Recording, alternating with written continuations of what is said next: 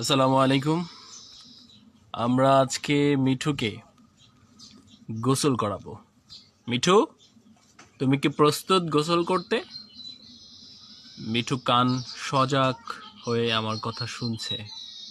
চলো মিঠু, তোমাকে আজকে গোসল করাই।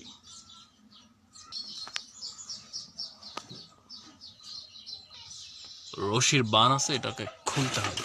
ইয়াস, খুলে ফেললাম। এখন আর কি নিয়ে যায়।